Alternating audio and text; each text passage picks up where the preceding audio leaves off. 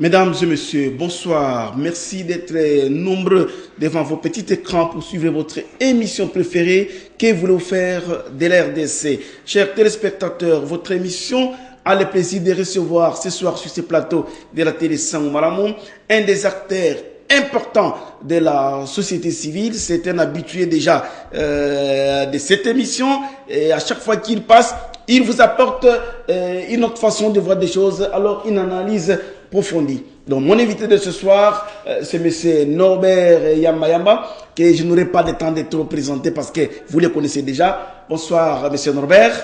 Bonsoir. Merci d'avoir répondu à notre invitation de ce soir. Merci bien pour cette invitation qui visiblement tombe bien à propos. Ok, merci. Alors, avec mon invité, nous allons échanger sur le thème les concertations nationales. Que pense M. Norbert Yamba? Merci, M. Cyril, pour cette question, surtout l'opportunité que vous m'offrez chaque fois qu'un problème se pose dans notre pays pour que nous puissions apporter notre manière de voir les choses.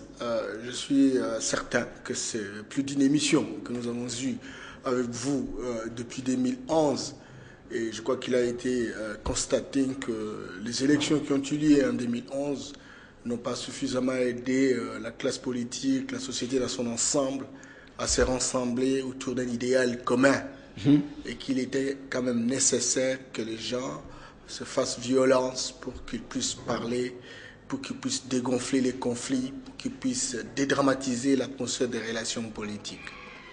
Et c'est comme ça que non seulement les partis politiques, mais également la société civile, et par votre micro, nous avons toujours insisté pour que véritablement nous puissions avoir les concertations ou alors les dialogues nationaux. Je ne voudrais vraiment pas prendre du temps sur la sémantique, les concepts, concertation ou dialogue. Ce qui est vrai, c'est que l'important, c'est que les gens doivent se parler. Aujourd'hui, c'est chose faite parce qu'effectivement, il y a une ordonnance qui est là, du président de la République, convoquant ces concertations, encore que l'accord cadre d'Addis Abeba en a fait aussi allusion et contraignait naturellement les Congolais à pouvoir dialoguer. Et je crois que le moment est arrivé pour que véritablement les gens se parlent, dialoguent, dans la perspective de pouvoir dégager des pistes consensuelles qui permettent au Congo de relever le vrai défi, alors le vrai défi qui est celui réellement de lutter contre la pauvreté de notre peuple. Ok, merci M. Norbert. Vous êtes un acteur aussi important au sein de la société civile. Est-ce qu'on peut connaître un peu que pense la société civile par rapport à ça? Vous savez, la société civile, Cyril, s'est réunie, je crois que du 16 au 20, oui. Au Thérésanium. Oui. Au cours de ce forum, il a été pris un certain nombre de dispositions, j'allais dire de mesures ou de résolutions. La résolution par rapport aux concertations, c'est que la société civile avait salué l'ordonnance du président de la République convoquant les concertations. Oui. Mais dans cette ordonnance du président de la République, on a désigné les missions, on a désigné un présidium, on a désigné les thématiques, etc. Or, c'est un travail qui aurait pu naturellement être fait par les différentes composantes, les différentes parties prenantes pour se donner d'abord un consensus en amont avant véritablement d'entrer dans le vif du sujet. Bon, quand cela ne tienne, il y a eu ordonnance, il faut le corriger. Et la société civile de dire, maintenant qu'il y a nécessité de pouvoir organiser ces concertations, il faut donc impliquer les différentes parties présentes, la partie prenante à présence dans la préparation en mettant en place une commission préparatoire qui implique à la fois, c'est pas les acteurs politiques, vous avez là la majorité et l'opposition, et y compris la société civile. Et donc, ces trois compartiments doivent se retrouver dans une commission préparatoire pour véritablement définir les thématiques qui doivent faire l'objet de discussion, pour définir les formats, pour définir le timing par rapport à cela, pour déterminer les différents groupes cibles qui doivent véritablement participer à ces discussions, etc. Et donc, cette commission est indispensable. Et la commission de dire, la société civile de dire, il faudrait cette commission préparatoire. Effectivement, les choses sont en train d'évoluer, encore que cela soit constaté par une nouvelle ordonnance du président de la République qui atteste cette évolution par rapport à l'ordonnance antérieure. Voilà. Oui, merci, monsieur Norbert. Vous parlez de l'organisation au sein de la société civile. Est-ce qu'on peut connaître un peu comment la société civile vous êtes organisée? Parce qu'il y a un groupe qui était réuni à Téléjanium dernièrement, d'autres aussi, avec les Jonathan Chombela, Fatima. Vous êtes divisés. Comment vous vous organisez, monsieur Norbert? Je voudrais quand même dire un mot c'est très important à ces questions. Oui. Je crois que j'étais parmi les hommes et les femmes qui ont écrit pour la première fois dans notre pays, depuis la démocratisation, une dizaine de brochures et de livres sur la société civile. Je peux vous dire même que je suis quand même un expert de la société civile. Et cette fois-ci, un vrai expert qui visiblement peut pouvoir donner un sens de direction à la société civile du Congo. Je regrette seulement que, beaucoup ont pris les trains en cours de route. Et beaucoup veulent véritablement se prendre pour des hommes qui doivent donner la direction. Mon père me disait, et je m'excuse beaucoup pour les pygmées, c'est une anecdote, il dit, quand un pygmée monte aux épaules d'un géant, il se déclare plus géant que le géant. C'est un peu la situation que je suis en train de vivre aujourd'hui. La société civile devrait se réunir. Et vous savez généralement que la société civile a pour mission d'aider ceux qui gouvernent à mieux travailler pour qu'il y ait des retombées positives dans la population. Aujourd'hui, la société civile doit être plurielle, mais la société civile ne doit pas être pluraliste. Plurielle simplement parce que chaque association a une mission bien déterminée, a un objet social. Mais sur des questions qui intéressent la République, sur des questions d'intérêt commun, il faudrait que les gens se retrouvent, discutent, lèvent les options et prennent des positions qui permettent véritablement que la République fonctionne comme se doit. Il me semble aujourd'hui que ce n'est pas la préoccupation. La plupart des personnes qui, visiblement, en tout cas, nombreux ne sont pas des entrepreneurs. Vous savez que depuis que le gouvernement a été défaillant dans les années 90, on avait retiré la coopération structurelle et tous les partenaires ont orienté leur financement en direction des organisations.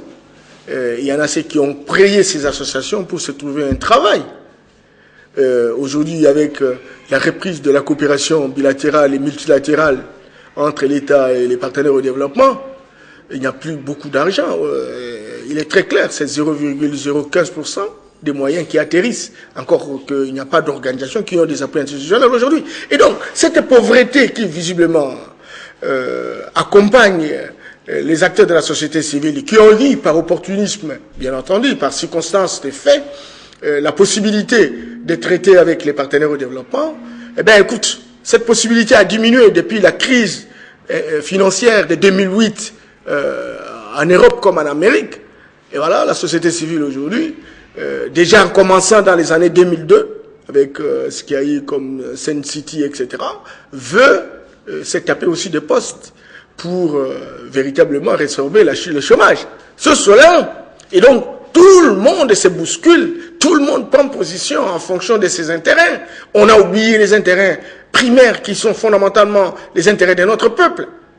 Alors, pour des questions, par exemple, d'intérêt national, concertation, au lieu que les gens soient ensemble, ils font des déclarations tapagistes qui visiblement discréditent la société civile que nous avons construite dans ce pays.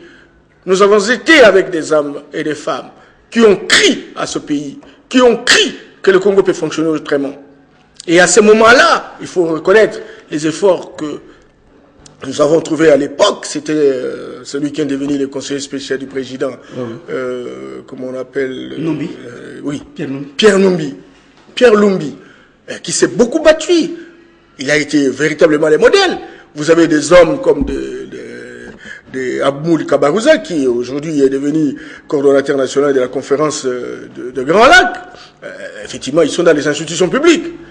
Vous avez, il faut le dire, des hommes comme nous qui ont systématisé les idées. Qui ont systématisé les idées pour donner un sens de direction. Et il y en a d'autres collègues comme les Bazillés, comme les Malanda, etc., qui visiblement se sont beaucoup battus. Mais alors maintenant, les gens qui prennent les trains en cours de route veulent tout faire. Mais excusez-moi, monsieur Norbert. Ces problèmes, avant qu'on continue vraiment en profondeur, parce que je disais que lorsque je vous présentais que vous êtes un acteur aussi important de la société civile, vous avez beaucoup écrit sur la société civile, c'est que vous vous êtes démené pour que la société civile soit organisée dans notre pays. Est-ce que vous ne voyez pas de la manière dont la société civile est en train d'évoluer, vous allez en ordre de disperser. Or, la majorité s'organise, l'opposition s'organise, mais vous êtes dispersés. Oui, qu'est-ce qui vous manque, vous, en tant que l'un des patriarches, d'appeler tel, venez et qu'on se mette autour d'une table? Mais avant d'arriver ici, j'étais en train d'appeler pour que nous puissions être ensemble. Oui. Le grand malheur, c'est qu'il y a une liberté d'association dans notre pays.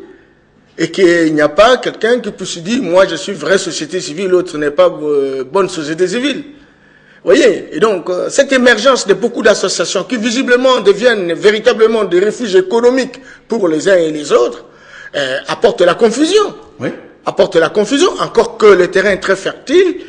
Ceux qui visiblement ont le pouvoir en profitent au maximum parce qu'effectivement, ils ont toujours été à la base de la dispersion et de la confusion au sein de la société civile parce qu'effectivement, ça leur profite. Et donc, les gens en profitent au maximum pour véritablement consolider cette confusion. Mais quand cela ne tient, nous sommes en train naturellement d'appeler les uns les autres. Nous sommes en train de leur dire que chacun a une association parce que cette association a été créée pour un objet bien déterminé. Si vous avez créé une association de droits de l'homme, les droits de l'homme, c'est votre objet. Si vous avez une association de développement, le développement, c'est votre objet. Si vous êtes un syndicat, le syndicat, la défense des intérêts du travail, c'est votre. Vous êtes journaliste, c'est avec votre association, etc.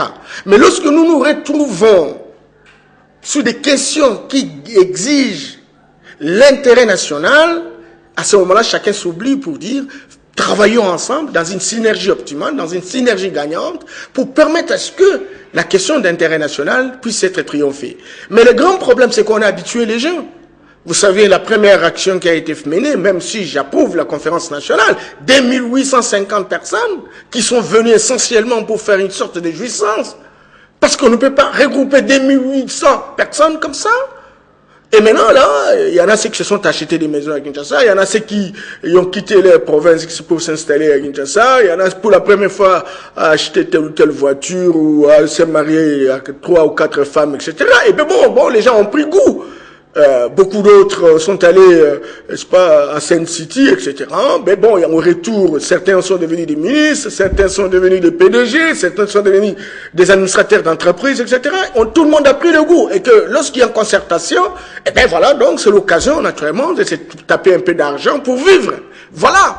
Et pourtant, nous avons besoin, dans un pays qui est des journalistes entrepreneurs, qui est des associations qui visiblement doivent relever le défi de la pauvreté, etc., en mettant en place des systèmes de production pour avoir véritablement la valeur ajoutée par rapport à ce qu'on fait. Ça, on n'en a pas. Il me semble que c'est le refuge économique, c'est le refuge pour trouver du travail.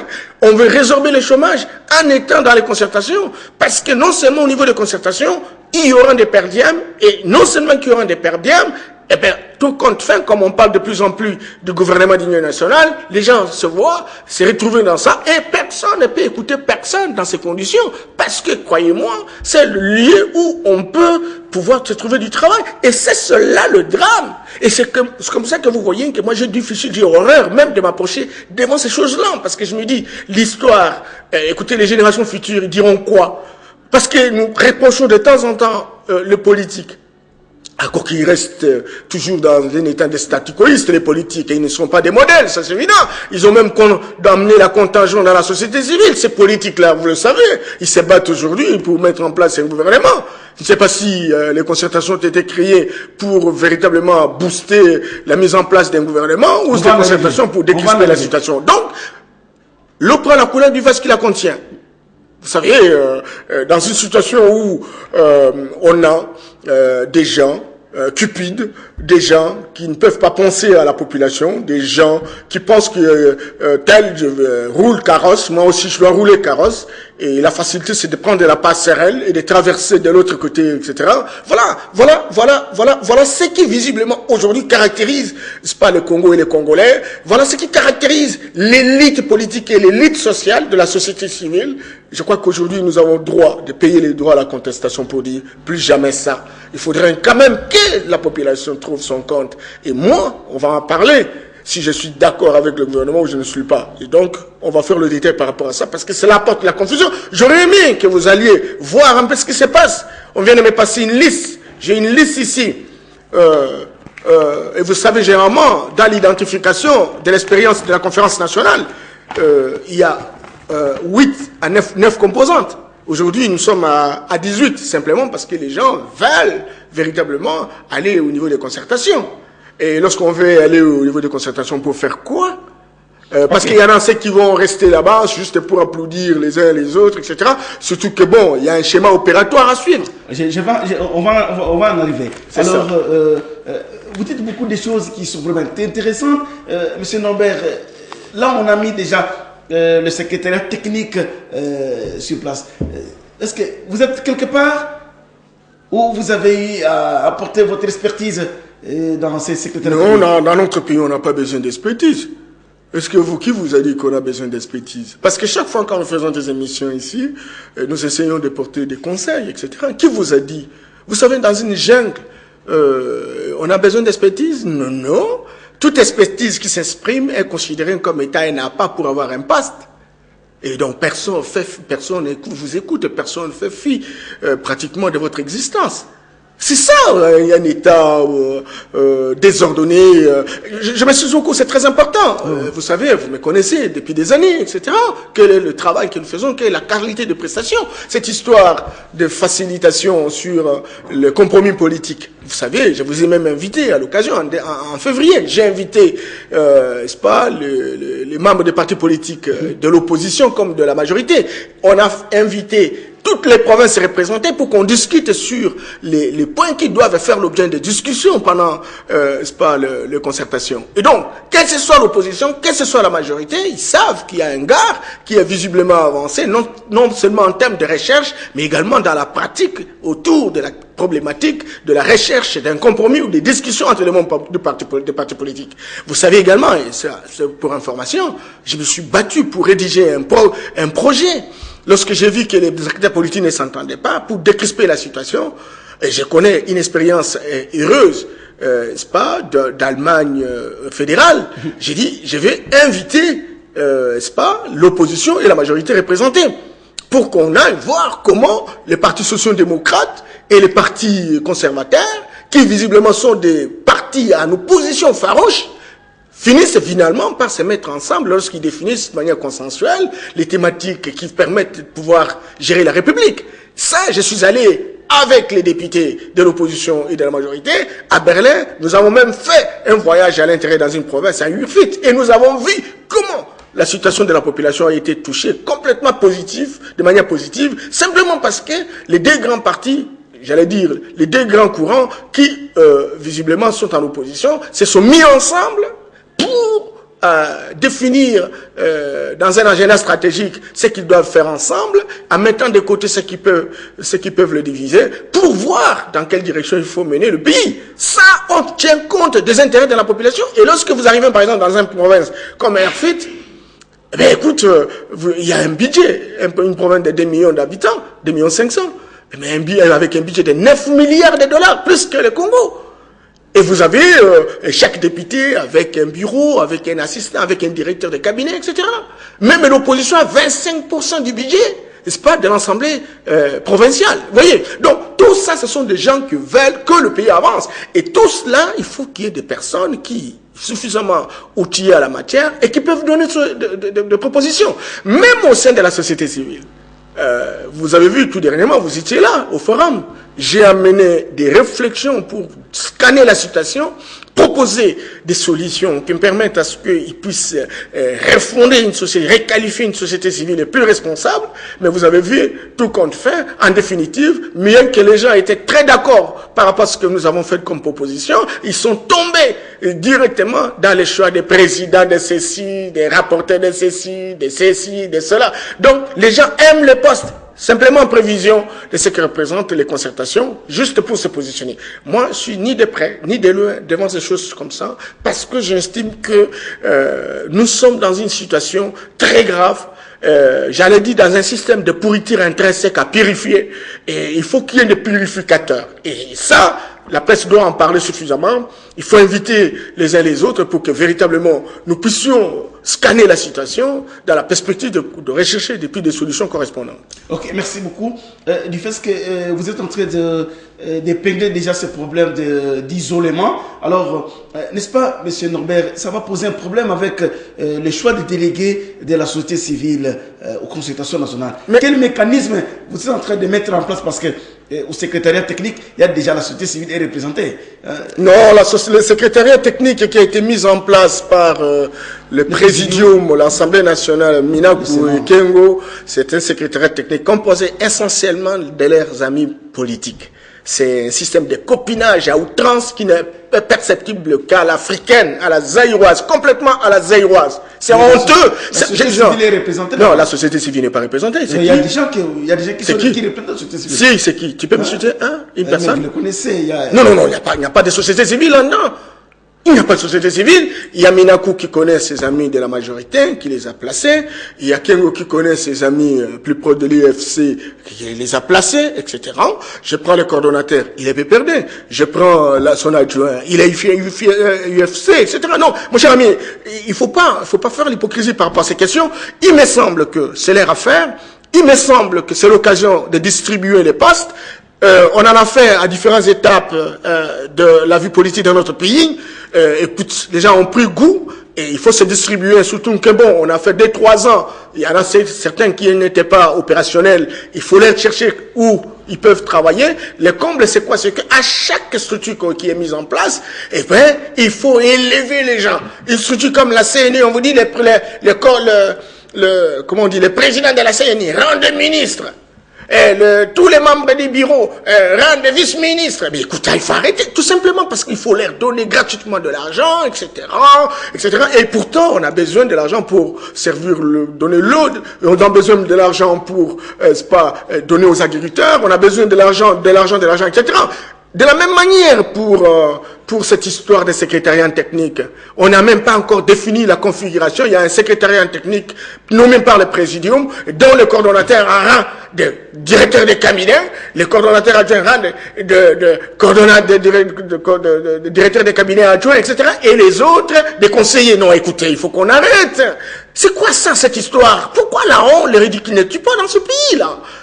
Mais comment on doit faire des choses comme ça? On n'a même pas encore défini ce qu'on doit pouvoir faire. Le secrétariat technique est là. Mais on dit qu'il y a des préalables.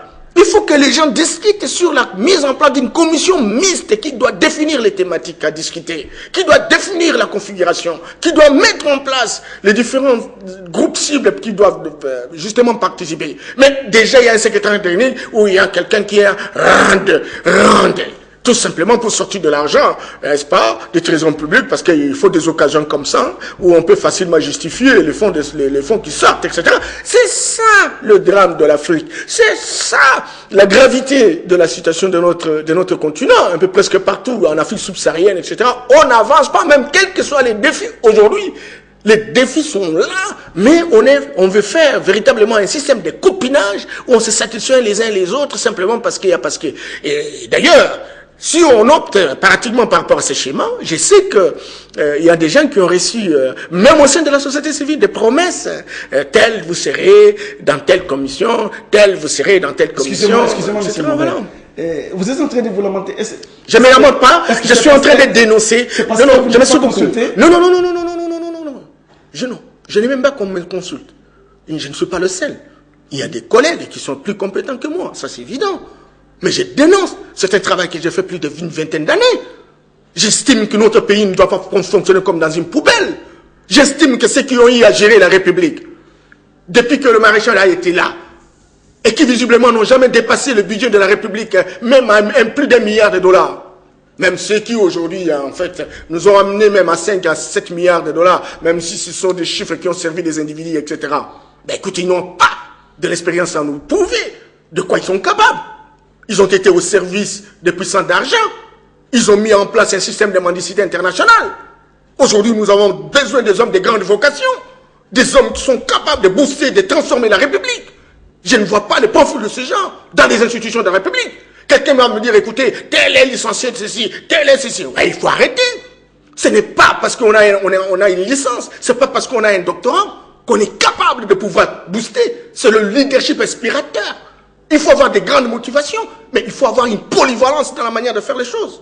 Moi, j'ai l'impression que ce qui a été fait, c'est anodin, c'est irresponsable, qui est de mener le Congo, qui est un grand pays avec autant de richesses, dans la poubelle la plus grave. Considéré en Afrique comme étant un pays d'une incapacité congénitale à cause de la gestion de certaines personnes qui se trouvent aujourd'hui, qui se croient aujourd'hui être des modèles. Je suis désolé, je ne suis pas de ceux qui pensent que ceux qui croient aujourd'hui être des modèles, qui ont eu à gérer la République et qui nous ont même pas amené. Moi, je me connais dans les années 80, on nous a arraché quoi? On nous a arraché la bourse, on nous a arraché les transports, on nous a arraché. Tout simplement parce qu'il y avait exigence des fonds monétaires internationaux. Dis-moi, avec les fonds monétaires internationaux, la Banque mondiale, qu'est-ce qu'on en a fait dans notre pays? On a développé ce pays? On y va, on y va. Simplement parce que on a des assurances, encore que l'extérieur, la communauté internationale, par rapport à l'ordre international, on a tendance à dire, voilà, tel est intelligent, tel est ceci, tel est ceci. Et on est embarqué parce qu'il y a des tam-tams qui sonnent partout aux États-Unis, en France, etc., pour nous faire croire que bon, tel mérite. Et pourtant, en termes de résultats, en termes de répercussions par rapport aux dividendes pour notre peuple, zéro. Non, mon cher ami, il faut arrêter les folklores, il faut arrêter tout ce qu'on pense que, bon, certains sont plus outillés pour faire et nous montrer que, bon, il n'y a qu'eux qui maîtrisent la nature. Je sais que, bon, il y a trop de clubs à travers le monde aujourd'hui où les gens sont dedans, etc., pour dominer les pauvres, etc. Il faut qu'il y ait un élan, un sursaut d'orgueil dans nos pays pour dire, arrête, il faut arrêter. Tous ces gens qui ont créé des clubs de domination en étant dans des associations ésotériques où ils bénéficient des soutiens de la solidarité des hommes à travers le monde, au travers ces sociétés secrètes, etc.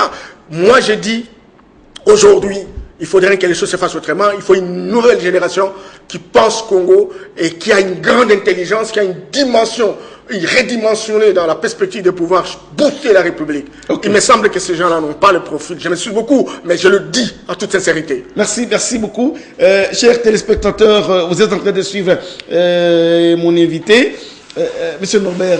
À vous entendre parler, parce que le thème de l'émission, c'est les concertations nationales. Que pense M. Norbert Yamayamba?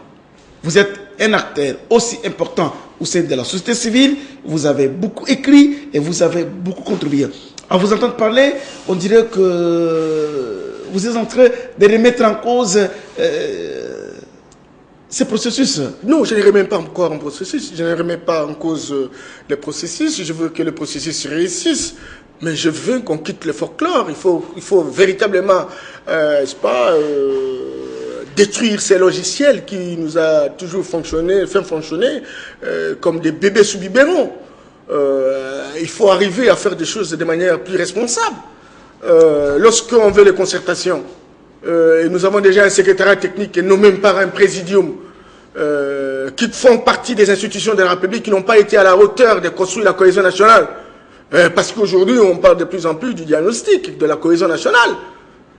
S'il y a un pays de cohésion nationale, il y a insécurité à l'Est, il y a frustration au niveau de l'organisation des élections, il y a la pauvreté dans la population, il y a mauvaise gouvernance, il y a un problème de décentralisation.